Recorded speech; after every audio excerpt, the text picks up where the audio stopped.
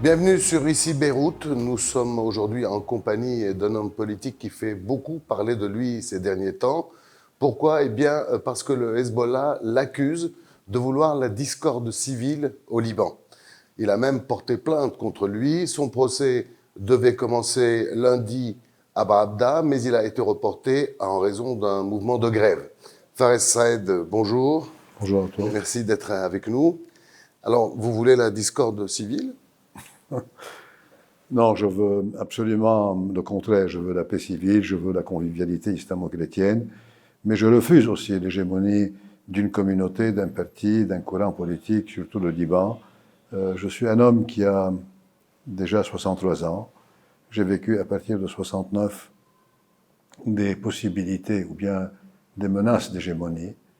Il y avait, à partir de 69, un courant politique libanais qui était le courant de la gauche libanaise, qui avait cru pouvoir faire de ce pays un pays à partir duquel les Fédéines pouvaient faire toutes les opérations possibles et imaginables contre Israël et donc faire encaisser au Liban aussi les répercussions de ces actions.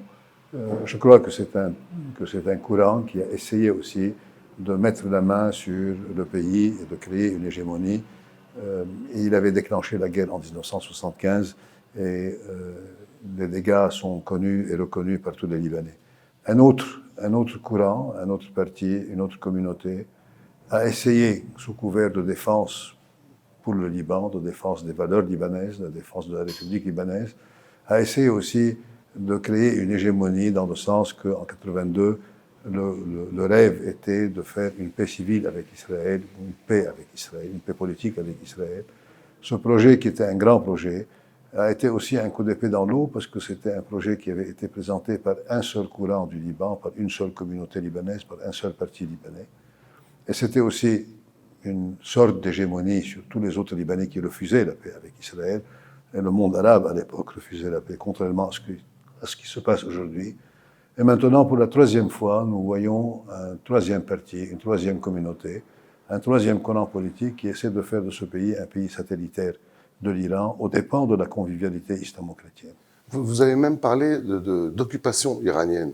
Il ne faut pas une armée pour faire une occupation? Yeah, l'armée existe. Le Hezbollah, les éléments du Hezbollah sont des éléments libanais. Mais les ordres sur les armes du Hezbollah sont des ordres iraniennes. Je ne crois pas qu'il y ait un parti libanais qui puisse dire à des jeunes de Baalbek ou de Nabati ou de Sour d'aller mourir à Halab et à Homs et même à Bagdad et à Sanaa. Donc je crois que ce qui se passe, c'est un troc qui a été réalisé aussi par d'autres partis. Ce troc est basé sur une relation. Je vous donne la possibilité d'assurer une hégémonie à l'intérieur de votre pays. Je peux être pour vous un levier économique, monétaire, même social et politique. En contrepartie, vous assurez pour moi, vous êtes pour moi des mercenaires qui pouvaient combattre en Syrie, dans toute la région, pour le compte, non du Liban, mais d'un pays satellitaire qui est l'Iran. Je reviens un instant au procès. Vous avez dit, c'est très grave, que ce procès est un paravent parce qu'on voudrait attenter à votre propre vie. Sur quoi vous vous fondez pour Oui, dire ça? moi, je crois que c'est surtout avec Ici Beyrouth que je peux dire ce que j'ai envie de dire, parce que vous êtes un forum de liberté dans cette partie du monde. Merci. Moi, je ne crois pas qu'un parti qui a dénoncé, ou bien qui a combattu, ou bien qui a tout fait pour ne pas assurer l'édification et la construction du tribunal international à partir de 2005, un parti qui a jusqu'à maintenant est en train de faire toute une lutte contre un tribunal national qui est le tribunal de Bitar pour la question de la déflagration du port, qui puisse avoir recours à la justice. Je ne crois pas qu'il s'est réveillé le lendemain, lui qui est contre la justice internationale, contre la justice locale, pourquoi il doit avoir recours à la justice nationale contre un citoyen opposant à lui. Donc je crois que c'est une manœuvre, c'est comme de la poudre aux yeux pour manœuvrer, pour essayer d'aller vers une menace, une agression physique contre moi. et dire au cas où il y a une agression physique contre moi, ce n'est pas moi, moi j'avais intenté un procès contre lui et donc ce n'est pas moi qui peux faire ça. Bon, ce qui est de plus dangereux, c'est que ce parti aussi qui a intenté un procès contre moi n'a pas seulement des gens qui le soutiennent, il y a aussi des ennemis régionaux à ce parti. Donc n'importe quel service de renseignement ennemi au Hezbollah peut aujourd'hui, à partir de cette accusation qui a été, de cette plainte qui a été présentée par le Hezbollah, m'agresser à moi, me tuer, me liquider et faire porter le chapeau au Hezbollah. Donc je me retrouve, pour la première fois de ma vie politique, à découvert devant toutes les possibilités sécuritaires à partir de ce procès qui a été présenté contre moi par le Hezbollah lui-même. Et vous êtes bien protégé? Non, je ne peux pas être bien protégé. Pour être bien protégé dans ce pays, il faut avoir beaucoup d'argent, il faut avoir des gens qui soient autour de vous, il faut rester dans un local qui puisse être comme une caserne, qui puisse ressembler à une caserne. Je n'ai pas tous les moyens de faire ça. Et je ne veux pas être protégé. Alors, il y a plein de personnalités qui sont contre le Hezbollah, qui le disent ouvertement. Pourquoi ça se focalise sur vous? Pour deux raisons. La première, j'appartiens à une localité qui s'appelle le Jord de Jbeil, où il y a eu des tensions entre nous et le Hezb concernant l'Assa, concernant les eaux de Af'a, concernant les territoires de Jord de l'Aoura. Et donc, cette tension existe. Deuxièmement, en 2018, je crois que le Hezb s'était présenté aux élections, il avait toute intention d'implanter un député Hezbollah dans la région du Kesserwen et de Jbeil, qui est une région qui représente le cœur du maronitisme traditionnel, entre guillemets. Et j'ai œuvré pour qu'il n'ait pas la possibilité de réussir. Et la troisième chose, c'est parce que je parle d'une occupation iranienne du pays. Je crois que c'est un titre qui gêne beaucoup le Hezbollah. Le Hezb veut absolument nous faire croire qu'il appartient au tissu social libanais, qu'il s'agit d'un parti politique libanais et qu'il n'est pas en train de faire quelque chose, ou bien il est en train de... Toute son action politique pour lui est bénéfique pour le pays. Je veux dire, il a fait la guerre contre Israël, il est en train de faire la guerre contre le terrorisme islamiste, et donc il veut se présenter comme étant le protecteur du pays. Et si vraiment les Libanais croient qu'il s'agit d'un protecteur du pays, ce protectorat doit avoir aussi des bénéfices politiques pour son compte, et donc un remodelage des accords de Taïf de la Constitution. Moi, je fais partie de ce groupe de Libanais qui ne croient pas à ce récit hezbollahien, que le Hezb est le protecteur du Liban et de surcroît, il est protecteur des chrétiens, je veux dire. Ça, vous l'avez dénoncé il y a quelques jours. Vous avez dit non parce que les chrétiens ne soutiennent pas le Hezbollah. Or, si, le plus important bloc parlementaire chrétien soutient le Hezbollah, est allié avec le Hezbollah. Oui, et moi je trouve qu'il s'agit d'une grave erreur qui a été commise par le général Aoun et par le courant patriotique libre, et d'assurer, à partir de leur position de maronites et de chrétiens, et d'assurer cette légitimité, entre guillemets, chrétienne, communautaire et même nationale, à des armes illégales. Jamais la communauté chrétienne n'a été dans ce sens. Jamais la communauté chrétienne, dans sa majorité, avait assuré une légitimité aux armes de Abu Ammar, et jamais la communauté chrétienne, dans sa majorité, je parle au moins sur le plan populaire, je ne parle pas des politiciens qui, à partir d'un état de fait, vont composer avec les Palestiniens ou bien avec les Syriens. Je parle de la majorité des chrétiens. Jamais, même à l'époque de la mainmise syrienne, il y avait une solidarité chrétienne pour la mainmise syrienne. Avec Michel Aoun a fait un transfert de positionnement de la communauté chrétienne, d'un positionnement traditionnel qui est attaché à la souveraineté et à l'indépendance du pays, vers un autre positionnement qui serait un positionnement de troc. Je vous donne la possibilité d'avoir une légitimité communautaire et nationale de vos armes illégales. En contrepartie, vous me donnez un tant soit peu de pouvoir.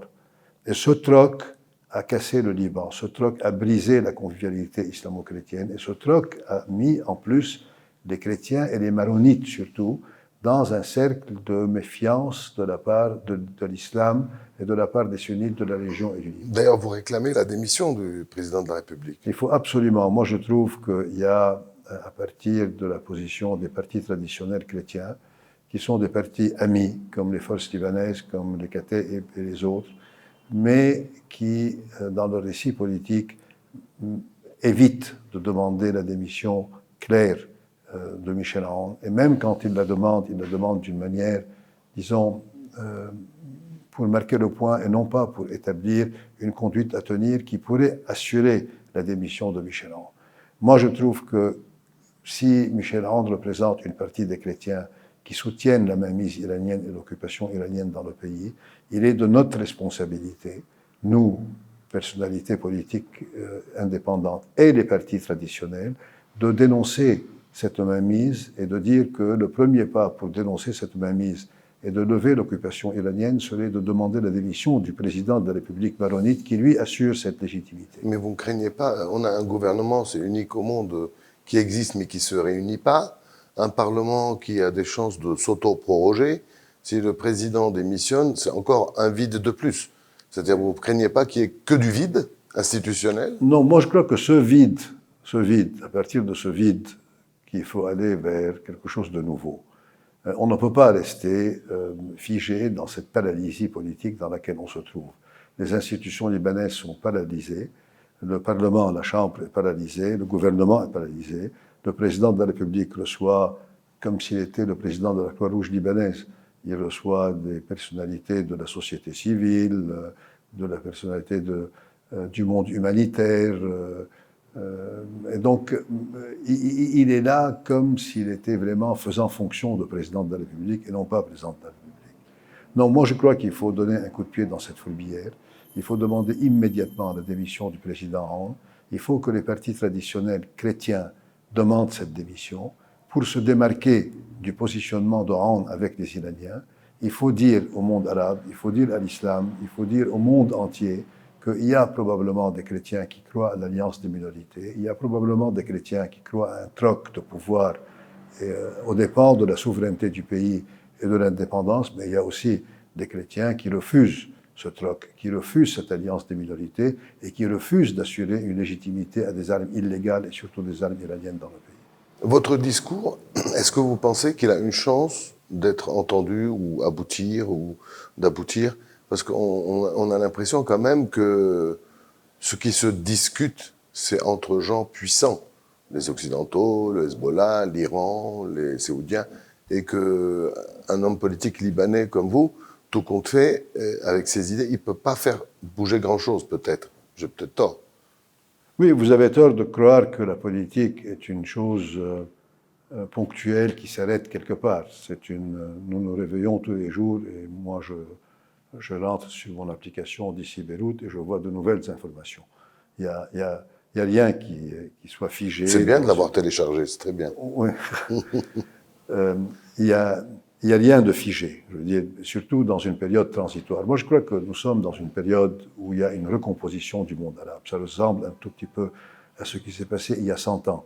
Après l'effondrement de l'Empire ottoman et la mise en place du mandat britannico-français, nous sommes rentrés dans une recomposition du monde arabe et une recomposition aussi du positionnement du Liban, de son orientation économique, de son orientation culturelle, de son orientation politique en 1920. Aujourd'hui, cette région ressemble à ce qui s'est passé après l'effondrement de l'Empire ottoman. Il y a effondrement de l'ancien régime arabe et il y a des forces montantes non arabes comme Israël, la Turquie et l'Iran qui essaient de combler ce vide qui a eu lieu après l'effondrement du monde arabe. Il y a l'émergence d'un nouveau directoire politique arabe jeune comme Mohammed Ben Salman et Mohammed Ben Zayed qui pour eux les priorités sont différentes de la priorité de la génération de leurs parents. Par exemple, la question de la Palestine qui reste très importante, mais qui n'est pas la priorité des priorités. La priorité est de faire partie de ce nouveau monde, de faire partie de ce nouveau système mondial qui s'appelle la mondialisation, et de se présenter comme étant des gens qui peuvent composer avec cette mondialisation sur le plan économique, culturel, monétaire, bancaire. Bon, dans tout ça, dans ce remodelage, rien n'est figé. Les choses ne sont pas noires ou blancs, les choses peuvent aller de l'avant. Il y a 2 mois, le président français avait décroché un contrat pour le compte de Total Energy de 37 milliards de dollars en Irak. Et on avait cru que la France était pro-iranienne dans la région. Il y a quelques jours, nous avons vu le même président français qui, à partir d'une entente, qu'elle soit économique ou bien politique, avec l'Arabie saoudite, qui a signé ou bien co-signé un document politique extrêmement important où il y a le respect de la constitution libanaise, le respect des accords de Taïf, le respect de la légitimité arabe et le respect de la légitimité des résolutions des Nations Unies, la 1559, la 1680, la 1701. Donc ce qui était presque impossible il y a 2 mois avec le président Macron, avec la position officielle de la France, aujourd'hui est devenu possible. Et demain, il peut changer. Donc les choses changent, ce n'est pas vrai. Nous, en tant que Libanais, on ne devrait pas changer comme avec le vent. On ne devrait pas être comme le roseau de La Fontaine, même si dans le roseau de La Fontaine, il y a beaucoup de sagesse. Mais sur les principes du Liban, sur les fondements de base de ce pays, sur la souveraineté de ce pays, sur l'indépendance de ce pays, sur le rôle de chaque communauté qui, eux, ont donné beaucoup. Ce n'est pas vrai que l'histoire de ce pays, l'histoire contemporaine de ce pays commence avec Hassan Nasrallah et va se terminer avec Hassan Nasrallah. Avant Hassan Nasrallah, il y a beaucoup de gens qui ont versé du sang pour la souveraineté de ce pays, pour l'indépendance de ce pays. Et après lui, il y aura beaucoup de gens aussi. Donc, cette prétention que le Hizb est en train d'essayer de présenter aux Libanais et de dire le jour où vous étiez en train de faire de l'argent et des bénéfices avec des intérêts hauts dans le secteur bancaire, moi j'étais en train de combattre pour le Liban et donc j'ai aujourd'hui la légitimité de pouvoir gouverner ce pays, elle est caduque. Personne ne peut, dans une société plurielle comme le Liban, personne ne peut mettre à l'écart une communauté et aucune communauté ne peut aussi assurer une mainmise, une hégémonie sur toutes les autres communautés. Frère Saïd, merci beaucoup de nous avoir reçus ici dans votre bureau. Restez sur IC Beyrouth, vous pouvez nous suivre sur nos applications, on en parlait sur le site et sur l'ensemble des réseaux sociaux qui s'inscrivent juste en bas de l'écran. À bientôt.